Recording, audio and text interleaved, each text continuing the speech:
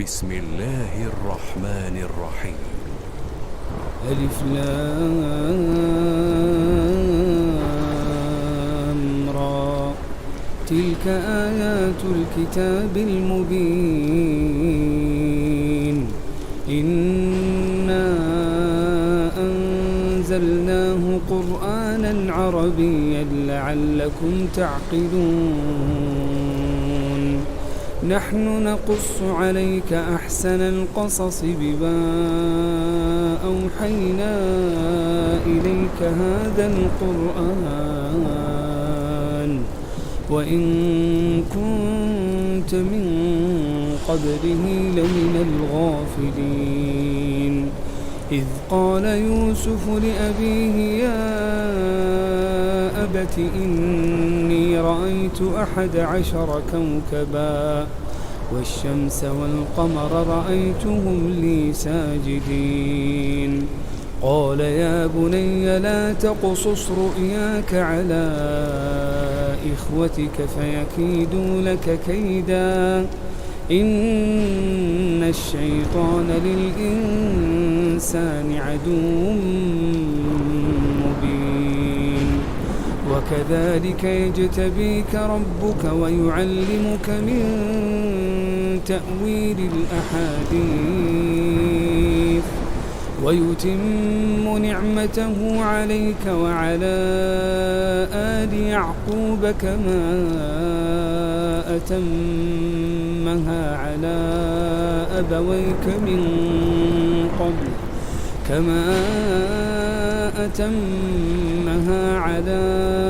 أبويك من قبل إبراهيم وإسحاق إن ربك عليم حكيم. لقد كان في يوسف وإخوته آيات للسائلين إذ قالوا ليوسف وأخوه أحب إلى أبينا منا ونحن عصبة إن أبانا لفي ضلال مبين. اقتلوا يوسف أو اطرحوه أرضا يخل لكم وجه أبيكم وتكونوا من بعده قوما صالحين. قال قائل منهم لا تقتلوا يوسف وألقوه في غيابة الجب يلتقطه بعض السيارة إن كنتم فاعلين. قالوا يا أبانا ما لك لا تأمنا على يوسف وإنا له لناصحون. أرسله معنا غدا يرتع ويلعب وإنا له لحافظون. قال إني ليحزنني أن تذهبوا به وأخاف أن يأكله الذئب وأنتم عنه غافلون. قالوا لئن أكله الذئب ونحن عصبة إنا إذا لخاسرون. فلما ذهبوا به وأجمعوا أن يجعلوه في غيابة الجب وأوحينا إليه لتنبئنهم بأمرهم هذا وهم لا يشعرون. وجاءوا أباهم عشاء يبكون. قالوا يا أبانا إنا ذهبنا نستبق وتركنا يوسف عند متاعنا فأكله الذئب وما أنت بمؤمن لنا ولو كنا صادقين. الصادقين وجاءوا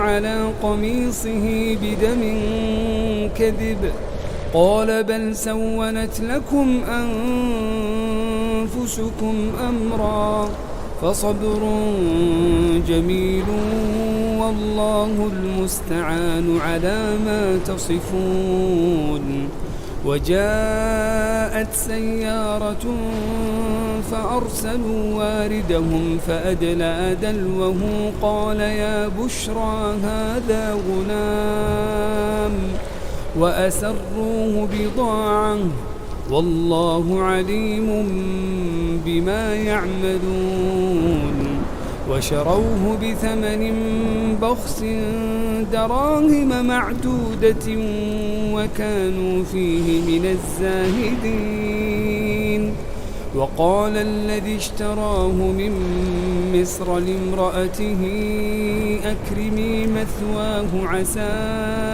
أن ينفعنا أو نتخذه ولدا وكذلك مكنا ليوسف في الأرض ولنعلمه من تأويل الأحاديث والله غالب على أمره ولكن أكثر الناس لا يعلمون ولما بلغ أشده آتيناه حكما وعلما وكذلك نجزي المحسنين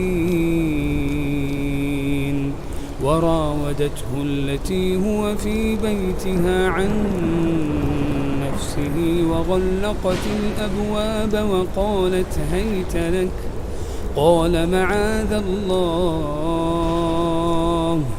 إنه ربي أحسن مثواي إنه لا يفلح الظالمون ولقد همت به وهم بها لولا أن رأى برهان ربه كذلك لنصرف عنه السوء والفحشاء إنه من عبادنا المخلصين واستبق الباب وقدت قميصه من دبر وألف يا سيدها لدى الباب قالت ما جزاء من أراد بأهلك سوءا إلا أن يسجن أو عذاب أليم قال هي راودتني عن نفسي وشهد شاهد من أهلها إن كان قميصه قد من قبل فصدقت وهو من الكاذبين وإن كان قميصه قد من دبر فكذبت وهو من الصادقين فلما رأى قميصه قد من دبر قال إنه من كيدكن إن كيدكن عظيم يوسف أعرض عن هذا واستغفري لذنبك إنك كنت من الخاطئين وقال نسوة في المدينة امرأة العزيز تراود فتاها عن نفسه قد شغفها حبا إنا لنراها في ضلال مبين فلما سمعت بمكرهن أرسلت إليهن وأعتدت لهن متكأ وآتت كل واحدة منهن معهن سكينا وقالت اخرج عليهن فلما رأينه أكبرنه وقطعن أيديهن وقلن حاش لله ما هذا بشرا إن هذا إلا ملك كريم. قالت فذلكن الذي لمتنني فيه ولقد راودته عن نفسه فاستعصم ولئن لم يفعل ما آمره ليسجنن وليكونن من الصاغرين. قال رب السجن أحب إلي مما يدعونني إليه وإلا تصرف عني كيدهن أصب إليهن وأكن من الجاهلين. فاستجاب له ربه فصرف عنه كيدهن إنه هو السميع العليم. ثم بدا لهم من بعد ما رأوا الآيات ليسجننه حتى حين. ودخل معه السجن فتيان قال أحدهما إني أراني أعصر خمرا وقال الآخر إني أراني أحمل فوق رأسي خبزا تأكل الطير منه نبئنا بتأويله إنا نراك من المحسنين. قال لا يأتيكما طعام ترزقانه إلا نبأتكما بتأويله قبل أن يأتيكما ذلكما مما علمني ربي إني تركت ملة قوم لا يؤمنون بالله وهم بالآخرة هم كافرون. واتبعت ملة آبائي إبراهيم وإسحاق ويعقوب ما كان لنا أن نشرك بالله من شيء ذلك من فضل الله علينا وعلى الناس ولكن أكثر الناس لا يشكرون. يا صاحبي السجن أأرباب متفرقون خير أم الله الواحد القهار. ما تعبدون من دونه إلا أسماء سميتموها أنتم وآباؤكم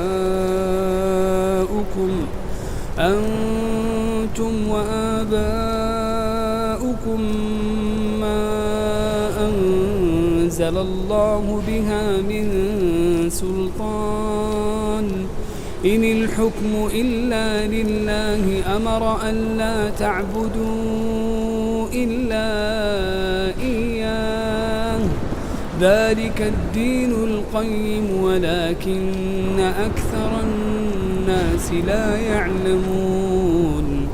يا صاحبي السجن أما أحدكما فيسقي ربه خمرا وأما الآخر فيصلب فتأكل الطير من رأسه قضي الأمر الذي فيه تستفتيان. وقال للذي ظن أنه ناج منهما اذكرني عند ربك فأنساه الشيطان ذكر ربه فلبث في السجن بضع سنين. وقال الملك إني أرى 7 بقرات سمان يأكلهن 7 عجاف و7 سنبلات خضر وأخر يابسات. يا أيها الملأ أفتوني في رؤياي إن كنتم للرؤيا تعبرون. قالوا أضغاث أحلام وما نحن بتأويل الأحلام بعالمين. وقال الذي نجا منهما وادكر بعد أمة أنا أنبئكم بتأويله فأرسلون. يوسف أيها الصديق أفتنا في 7 بقرات سمان يأكلهن 7 عجاف و7 سنبلات خضر وأخر يابسات لعلي أرجع إلى الناس لعلهم يعلمون. قال تزرعون 7 سنين دأبا فما حصدتم فذروه في سنبله إلا قليلا مما تأكلون. ثم يأتي من بعد ذلك 7 شداد يأكلن ما قدمتم لهن إلا قليلا مما تحصنون. ثم يأتي من بعد ذلك عام فيه يغاث الناس وفيه يعصرون. وقال الملك ائتوني به فلما جاءه الرسول قال ارجع إلى ربك فاسأله ما بال النسوة اللاتي قطعن أيديهن إن ربي بكيدهن عليم. قال ما خطبكن إذ راوتن يوسف عن نفسه قلن حاش لله ما علمنا عليه من سوء. قالت امرأة العزيز الآن حصحص الحق أنا راودته عن نفسه وإنه لمن الصادقين. ذلك ليعلم أني لم أخنه بالغيب وأن الله لا يهدي كيد الخائنين. وما أبرئ نفسي إن النفس لأمارة بالسوء إلا ما رحم ربي إن ربي غفور رحيم.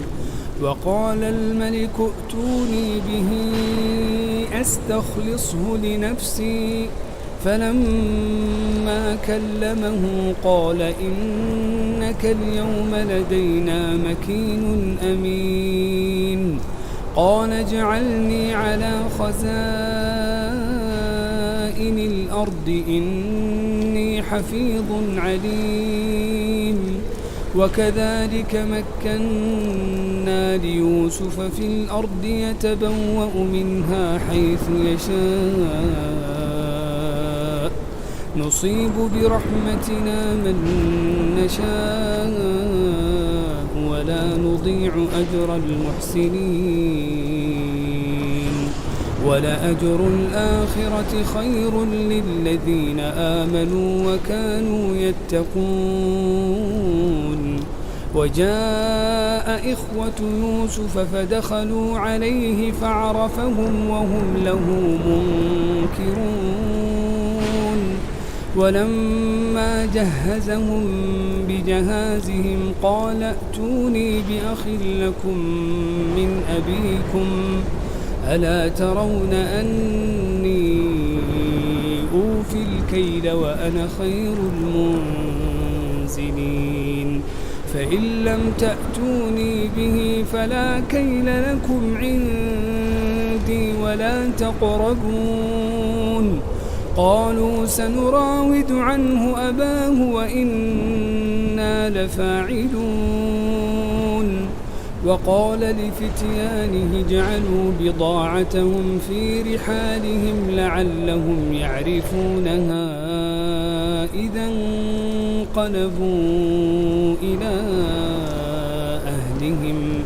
إذا انقلبوا إلى أهلهم لعلهم يرجعون فلما رجعوا إلى أبيهم قالوا يا أبانا منع منا الكيل فأرسل معنا أخانا نكتل وإنا له لحافظون قال هل آمنكم عليه إلا كما أمنتكم على أخيه من قبل فالله خير حافظا وهو أرحم الراحمين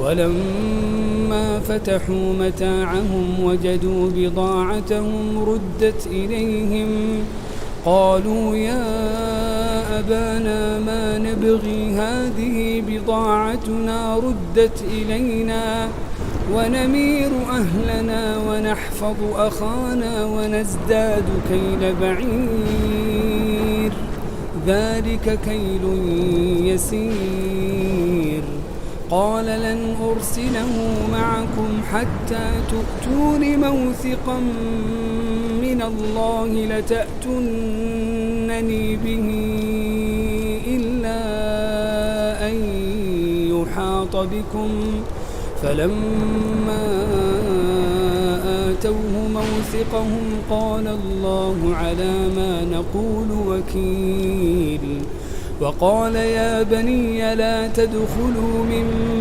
باب واحد وادخلوا من أبواب متفرقة وما أغني عنكم من الله من شيء إن الحكم إلا لله عليه توكلت وعليه فليتوكل المتوكلون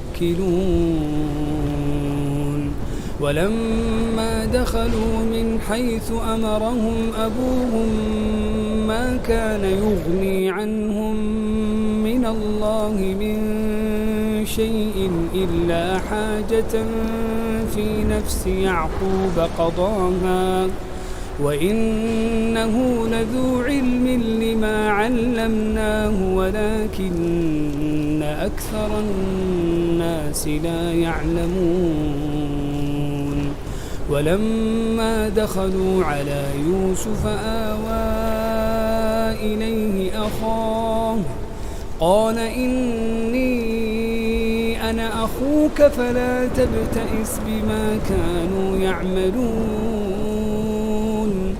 فلما جهزهم بجهازهم جعل السقاية في رحل أخيه ثم أذن مؤذن أيتها العير إنكم لسارقون قالوا وأقبلوا عليهم ماذا تفقدون قالوا نفقد صواع الملك ولمن جاء به حمل بعير وأنا به زعيم قالوا تالله لقد علمتم ما جئنا لنفسد في الأرض وما كنا سارقين. قالوا فما جزاؤه إن كنتم كاذبين. قالوا جزاؤه من وجد في رحله فهو جزاؤه كذلك نجزي الظالمين. فبدأ بأوعيتهم قبل وعاء أخيه ثم استخرجها من وعاء أخيه كذلك كدنا ليوسف ما كان ليأخذ أخاه في دين الملك إلا أن يشاء الله نرفع درجات من نشاء وفوق كل ذي علم عليم. قالوا إن يسرق فقد سرق أخ له من قبل فأسرها يوسف في نفسه ولم يبدها لهم. قال أنتم شر مكانا والله أعلم بما تصفون. قالوا يا أيها العزيز إن له أبا شيخا كبيرا فخذ أحدنا مكانه إنا نراك من المحسنين. قال معاذ الله أن نأخذ إلا من وجدنا متاعنا عنده إنا إذا لظالمون. فلما استيئسوا منه خلصوا نجيا. قال كبيرهم ألم تعلموا أن أباكم قد أخذ عليكم موثقا من الله ومن قبل ما فرطتم في يوسف فلن أبرح الأرض حتى يأذن لي أبي أو يحكم الله لي وهو خير الحاكمين. ارجعوا إلى أبيكم فقولوا يا أبانا إن ابنك سرق وما شهدنا إلا بما علمنا وما كنا للغيب حافظين. واسأل القرية التي كنا فيها والعير التي أقبلنا فيها وإنا لصادقون. قال بل سولت لكم أنفسكم أمرا فصبر جميل عسى الله أن يأتيني بهم جميعا إنه هو العليم الحكيم. وتولى عنهم وقال يا أسفا على يوسف وابيضت عيناه من الحزن فهو كظيم. قالوا تالله تفتأ تذكر يوسف حتى تكون حرضا أو تكون من الهالكين. قال إنما أشكو بثي وحزني إلى الله وأعلم من الله ما لا تعلمون. قال إنما أشكو بثي وحزني إلى الله وأعلم من الله ما لا تعلمون. يا بني يذهبوا فتحسسوا من يوسف ولا تيأسوا من روح الله إنه لا ييأس من روح الله إلا القوم الكافرون فلما دخلوا عليه قالوا يا أيها العزيز مسنا وأهلنا الضر وجئنا ببضاعة مزجاة فأوف لنا الكيل وتصدق علينا إن الله يجزي المتصدقين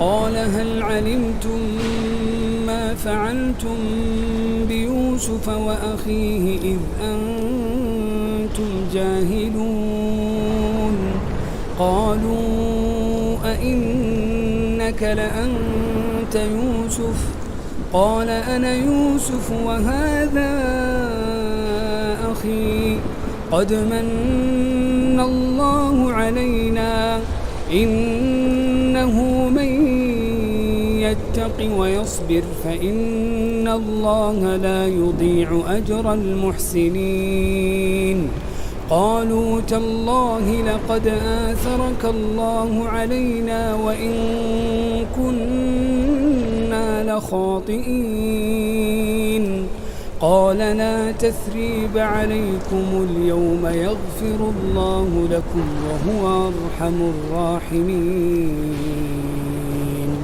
اذهبوا بقميصي هذا فألقوه على وجه أبي يأت بصيرا وأتوني بأهلكم أجمعين ولما فصلت العير قال أبوهم إني لأجد ريح يوسف لولا أن تفندون قالوا تالله إنك لفي ضلالك القديم فلما أن جاء البشير ألقاه على وجهه فارتد بصيرا قال ألم أقل لكم إني أعلم من الله ما لا تعلمون قالوا يا أبانا استغفر لنا ذنوبنا إنا كنا خاطئين قال سوف أستغفر لكم ربي إنه هو الغفور الرحيم فلما دخلوا على يوسف آوى إليه أبويه وقال ادخلوا مصر إن شاء الله آمنين ورفع أبويه على العرش وخروا له سجدا وقال يا أبت هذا تأويل رؤياي من قبل قد جعلها ربي حقا وقد أحسن بي إذ أخرجني من السجن وجاء بكم من البدو من بعد أن نزغ الشيطان بيني وبين إخوتي إن ربي لطيف لما يشاء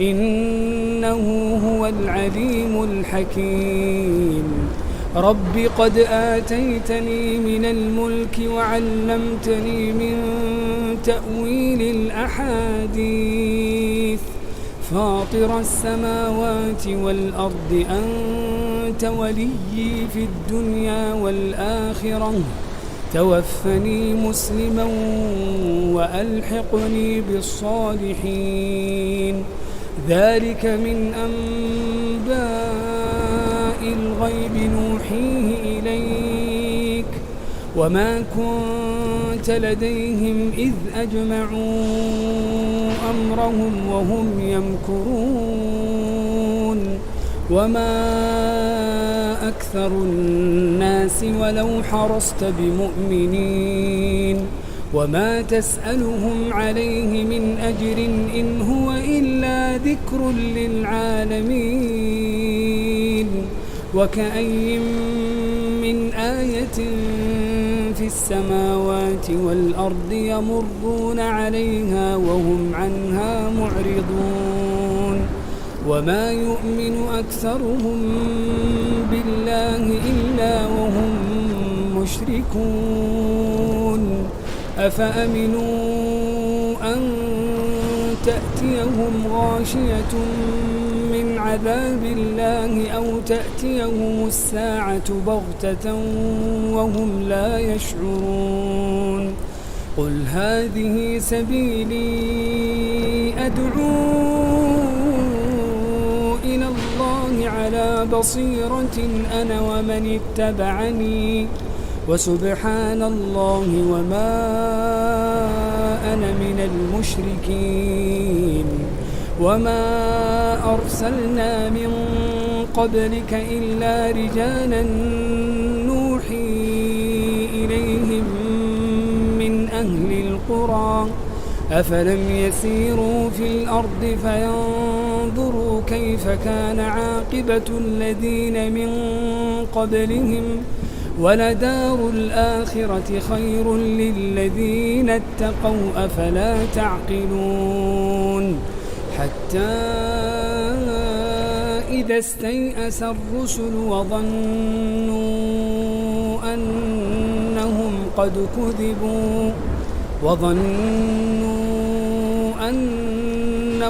قد كذبوا جاءهم نصرنا فنجي من نشاء